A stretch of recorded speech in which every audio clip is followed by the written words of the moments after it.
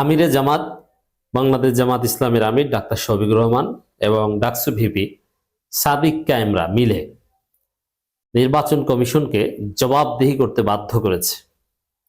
মুহূর্তের মধ্যেই ঘটনা ঘটে গেছে। আমিরে জামাত বলেছেন নির্বাচন কমিশনকে সিইসিকে ব্যাখ্যা দিতে হবে শরীফ ওসমান হাদিকে নিয়ে তুচ্ছ তাচ্ছিল্য করে এই আপত্তিকর বক্তব্য, এরকম গুলি করা বা এটাকে বিচ্ছিন্ন ঘটনা কেন বলেছে, সিইসিকে জবাব দিতে হবে। এটা ছিল আমিরে জামাতের দাবি। সেম দাবি ছিল সাদিক কায়েমের। সিইসি ক্ষমা চাইতে হবে, জবাব দিতে হবে, ব্যাখ্যা দিতে হবে। বিশেষ করে আমিরে জামাত সরাসরি ব্যাখ্যা শব্দটা বলেছেন।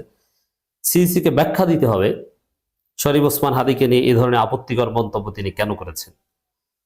তা আমিরে জামাত তো ডাকসু ভিপির হুঙ্কারের পর বেশি সময় লাগেনি, অল্প কিছু সময়ের পরেই নির্বাচন কমিশনের পক্ষ থেকে সিইসির পক্ষ থেকে ব্যাখ্যা দেওয়া হয়েছে। যে ব্যাখ্যার একটা অর্থ হচ্ছে যে এক প্রকার ক্ষমা চাওয়া, পরোক্ষভাবে ইনিয়ে বিনিয়ে ক্ষমা চাওয়া হয়েছে। আমি আসলে ওটা বোঝাতে চাইনি। শরীফ ওসমান হাদির উপর গুলি, এটা আমরা সিরিয়াসলি নিয়েছি, এটা সিরিয়াস, এবং এটা মোটেও তুচ্ছতাচ্ছিল্য করতে চাইনি বা করছি না। এ বিষয়ে সতর্ক থাকব। বাংলাদেশের কোন সিনিয়র রাজনীতিবিদ শরীফ ওসমান হাদিকে নিয়ে তুচ্ছ তাচ্ছিল্যের বক্তব্যের প্রতিবাদ করেনি। জুনিয়র রাজনীতিবিদরা করেছে, হাসনাত আব্দুল্লাহরা করেছে বা অন্যান্যরা করেছে। আর মির্জা ফখরুলরা তো দেশে যারা আছে তাদের মধ্যে সিনিয়র, সবচেয়ে সিনিয়র, আমিরে জামাতের পর সিনিয়র হচ্ছে মির্জা ফখরুল, কারণ বিএনপির সেকেন্ড ইন কমান্ড। আরো বিএনপির স্থায়ী কমিটির সদস্যরাও আছে, কেউ এ বিষয়ে কথা বলেনি। মজার বিষয়, তারা চেনেই না শরীফ ওসমান হাদিকে, তারা চেনেই না, তার নামটা শুদ্ধভাবে বলতে পারে না, এবং তিনি কে, তার কাজ কি, শরীফ ওসমান হাদি এত জনপ্রিয় কিভাবে, তার রেলেভেন্স কি, কিছুই মির্জা ফখরুল বলতে পারেন না। আর রুহুল কবির রিজভী তো আছেন, ওই ছাত্র দলের বট ফোর্স ছাত্রীরা এআই দিয়ে ভুয়া ভিডিও টিডিও বানায়, ভুয়া ছবি বানায়, ওগুলো দেখে বিশ্বাস করে, এটা নিয়ে আছেন। এরা এই সিইসি কি বলেছেন এটার প্রতিবাদ বা কিভাবে করবেন? সিনিয়র রাজনীতিবিদদের মধ্যে প্রতিবাদ করেছেন আমিরে জামাত ডাক্তার শফিকুর রহমান। আমিরে জামাত যে ভাষায় প্রতিবাদ করেছেন তার প্রাইম কথাটা ছিল যে সিইসি কে ব্যাখ্যা দিতে হবে। তা মুহূর্তের মধ্যেই কিছুক্ষণ পর দেখলাম যে সিইসি ব্যাখ্যা দিয়েছে, এবং ডাকসু ভিপির সফলতা আপনারা দেখেছেন। এটা অনেকে নেগেটিভলি বলার চেষ্টা করছে, কিন্তু এটা ভুল। অনেকে বলছে এভাবে যে দেখেন ডাকসু ভিপি লোকজন নিয়ে ব্যারিকেড ভেঙে টেকে গিয়েছে, যে স্বরাষ্ট্র উপদেষ্টাকে পাশে দাঁড় করিয়ে তারপরে কথা বলছে। এটা তো আপোষ না, আপোষ না। কি বলেছে দেখেছেন? মুখের উপর যেভাবে বলেছে, এটা একটা নজির। বাংলাদেশে এটা কেউ পারেনি।